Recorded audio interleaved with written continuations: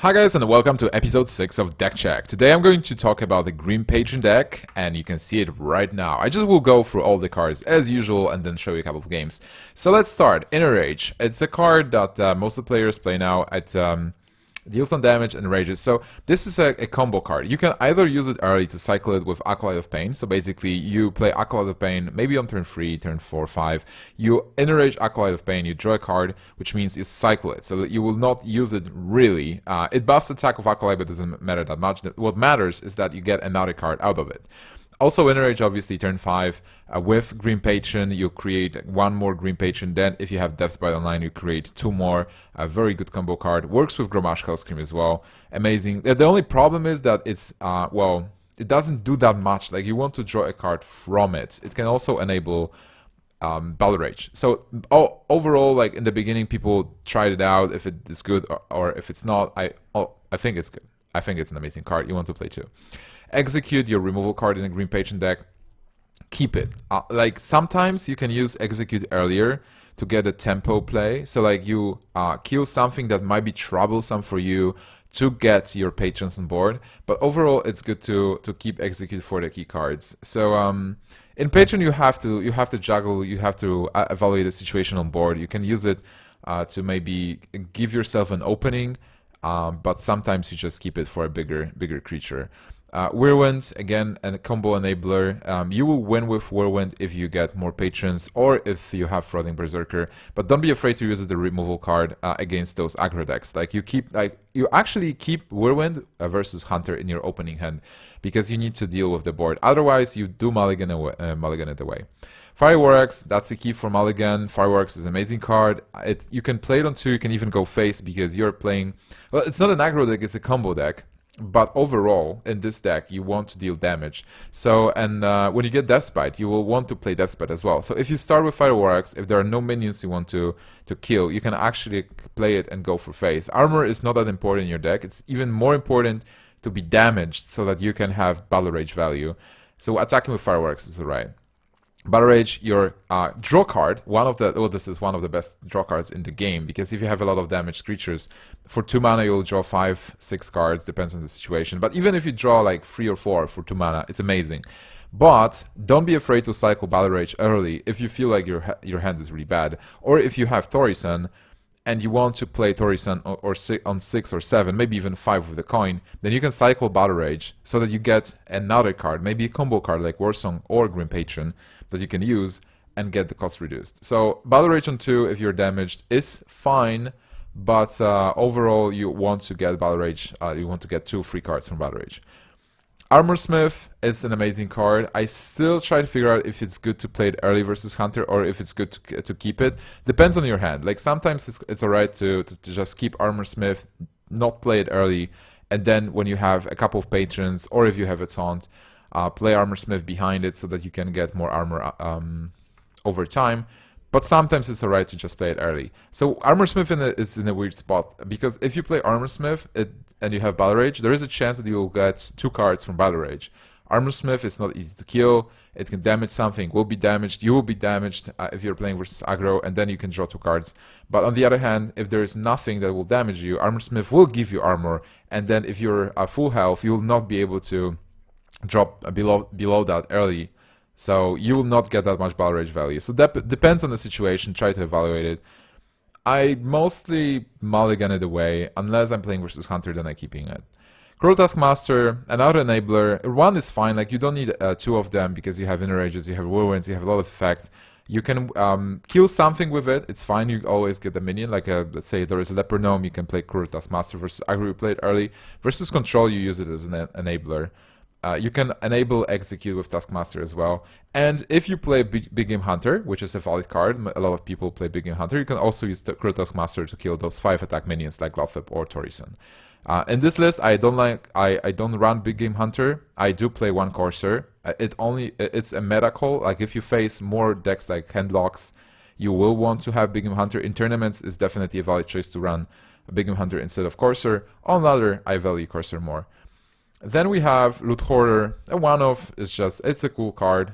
You can draw cards with it. If there's too many mages, maybe you can just not play the Loot Hoarder because it's really weak versus mage. Versus other decks, it's alright. It can deal damage. It can kill a Flame Imp. People will have to spend mana to kill it somehow, and it always draws you a card. Shield Block, it's a questionable card. Like I'm testing Shield Block mostly because you want to have some life gain. It is also a cycle card, so you'll cast it, you'll draw something else, so you make your deck thinner. But it's not necessary. You might totally cut it and play something else. What else you can play is like a second Dread Courser, a Big Game Hunter, or maybe even another Loot Hoarder. There's always a choice to play something else instead of Shield Block. Acolyte of Pain, one of your key draw cards, obviously. When you play it on turn 3, you always want to have Inner Rage. If you don't have Inner Rage and you play versus something that can have a weapon, don't play Acolyte of Pain. You always want to draw at least one card from it. So best plays are Acolyte after Death's Bite or Acolyte Whirlwind if Whirlwind has some other effect. Like if you're in a totally bad position, you might Whirlwind to cycle Whirlwind with Acolyte without much effect, but just get something else because you want eventually to get all the combo cards. Frauding Berserker is a key card in the deck. The deck is called Grim Patron, but Frauding Berserker is the key card. It should be called the Frauding Berserker Warrior because this guy is insane. I rarely play it as a tempo card, like let's say Frauding Berserker on board and hope my opponent will not be able to remove it. I mostly just keep it. With Warsong, double frauding, one frauding if you have if it got hit by Torison, it's just a card that can win you games that seem unwinnable. It can plow through armor. Like people sometimes have 40 health with armor or 50. Double frauding can go through it. And in the mirror as well. Like in the mirror, when you feel like you're losing, your opponent has full board of patrons. Frauding Berserker can win you a mirror. Versus Handlock, it can steal the game from Handlock. So a key card, definitely. But you don't keep it in your opening hand. You mulligan all the combo parts. You try in your mulligan, basically you aim for the draw and for weapons. That's what you mulligan for. But you want to have fraudings at some point. Warsong again. Warsong is a combo card. You want to have Warsong. You mulligan Warsong away, unfortunately. Maybe in some matchups you can keep it. If you have a really, like versus Handlock, maybe I think Warsong is a key card to win. Warsong and frauding. But normally you mulligan Warsong away, and well, remember that Warsong, you have to play Warsong first, and then you play other minions, because then they get charged. If Warsong gets killed, those minions still have charge, and you can use Warsong with almost every minion in your deck, so always count the damage there. Death's Bite is another amazing card. You can use it as removal, you can use it as an enabler, always count damage with it. Warsong, frauding, double whirlwind effect with a couple of minions on board is insane damage.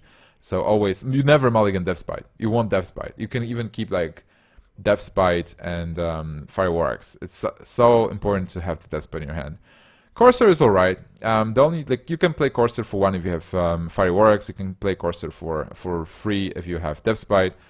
It's not an amazing card, but it's okay. It's another card that can attack with Warsong. It can buff the fraudings if you have a Whirlwind.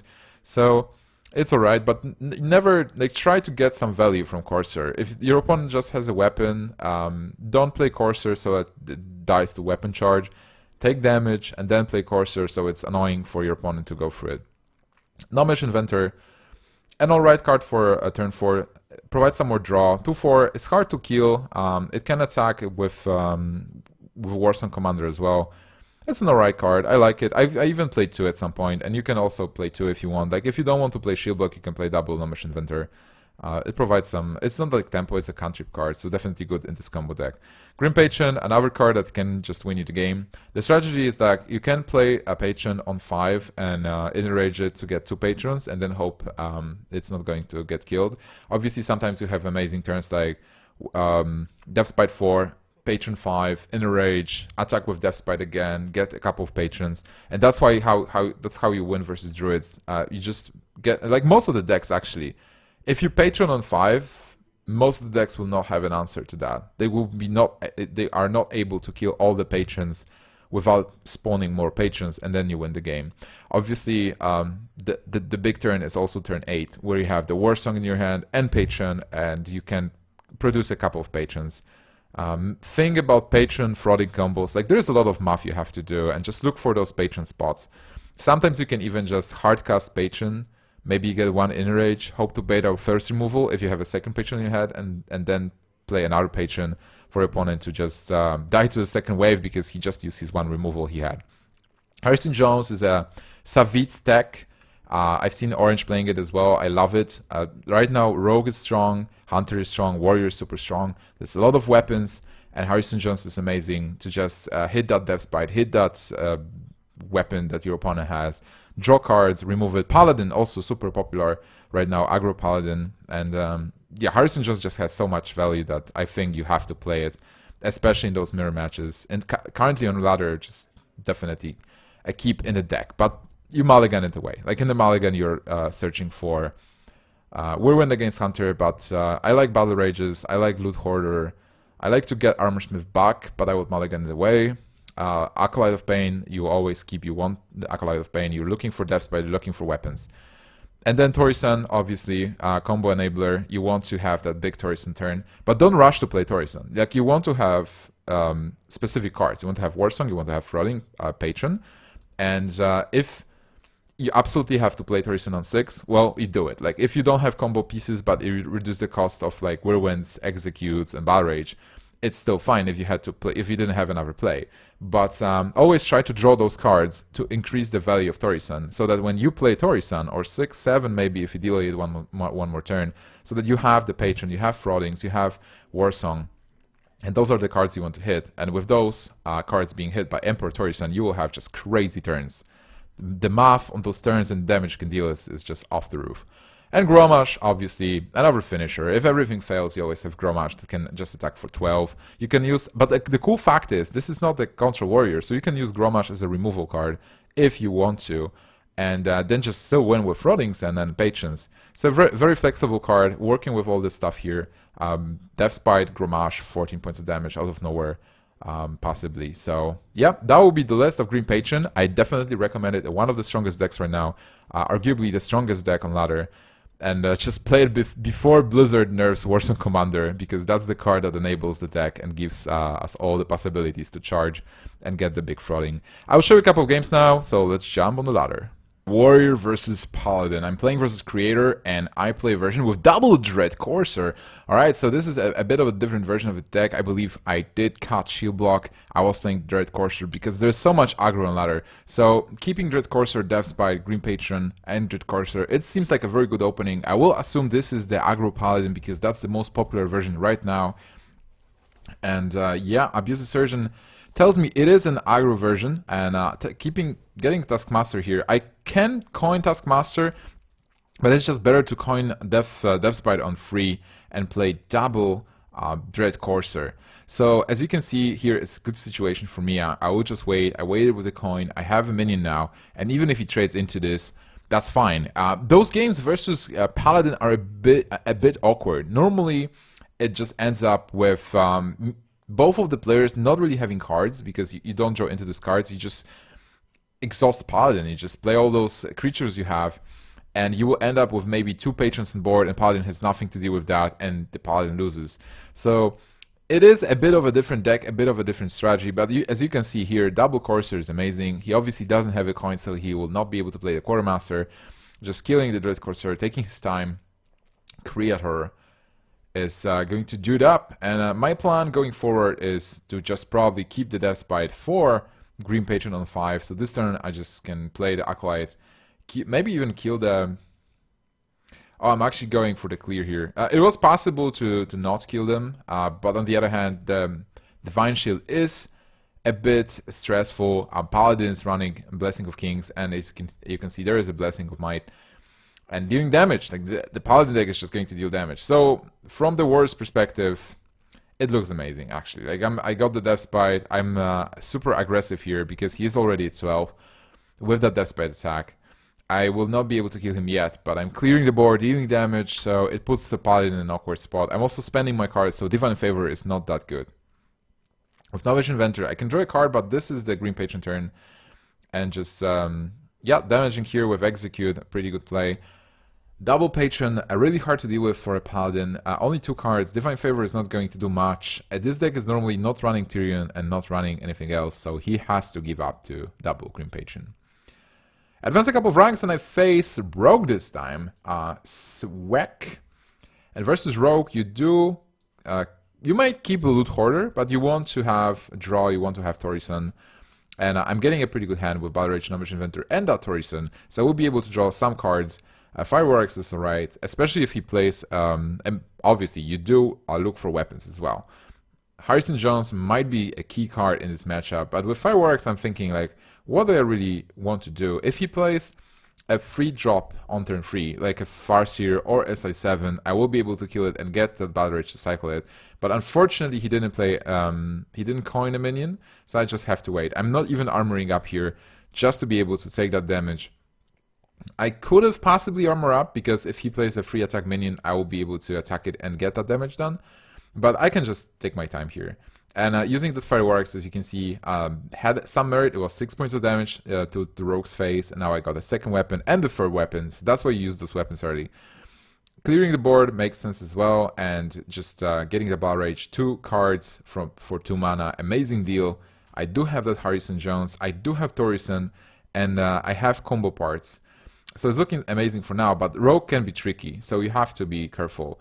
Getting Torison now, because I also got the frauding, so many combo parts, getting cheaper is really important, and the Rogue will have to kill Torison. It's not possible for Rogue to kill me at this point, especially with 1 durability on the dagger. And playing Harrison Jones didn't make much sense because there was nothing on the dagger to get. You mostly want to kill the dagger if it has 2 durability points or something like an oil. And this, guys, is super stressful. He almost had it. Like, he could have killed me here, and I have to clear everything. Fortunately, the Harrison Jones gives me a chance to destroy the weapon. I will have to trade. And a bit of a BM from my side. Getting the Death Bite and hoping that he doesn't have 8 points of damage. Unlikely. He probably had Flurry, but even with 1 Eviscerate, maybe even Azure Eviscerate, that's 5 points of damage. So for now, I'm playing with fire, but I have 9 points of damage incoming. I do have also Frauding and Warsong. So if he plays a minion, Frauding Warsong is +3, 5, damage 10, 14. That will be, yeah, I will have lethal next turn. Even if he plays the minions, that should be enough to finish the game. With 5 minions on board, double frauding on top of that, and a whirlwind effect from Death Bite, that's enough to seal the game, and this is how this deck works. It is amazing. Alright, so this is the Grim Patron deck. That will be it for today, guys. Thank you so much for watching, and see you guys next time.